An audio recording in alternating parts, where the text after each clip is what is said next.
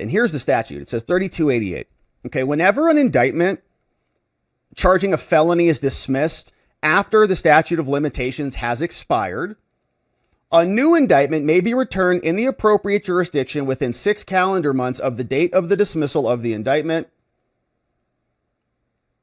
and more. If no regular grand jury is in session, then you've got a couple of exceptions to that. But this section does not permit the filing of a new indictment if the reason for missing the statute of limitations, like if you miss the window, you're like, oh, I just forgot to file it. You can't refile it if you failed to meet the statutes the first time. So you might call this like a safe harbor provision, to use a contract term, or an opportunity for prosecutors to cure a bad indictment and refile the charges.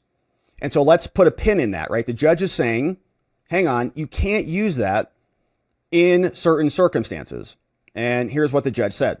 Okay, 3288, the attorney general could not have invoked this at the time the ratification was made. In other words, Pam Bondi on October 31st couldn't have approved Halligan's decisions because it was an active indictment. So she can't reappoint Halligan because it's an open case. But guess what is now the situation? The case is dismissed. So now we can use 3288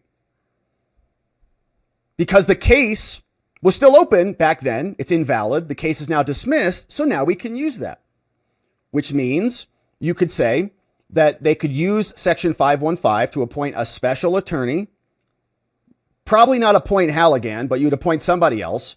And then they could use 3288 to invoke the 6-month window and bring a new indictment, all while simultaneously appealing the case. So there's 2 options there that I think are pretty good. It says, having found that Halligan's appointment violated 546, which is the 120-day consecutive law, and that the dismissal is warranted, we now should ask whether it's with prejudice or without prejudice.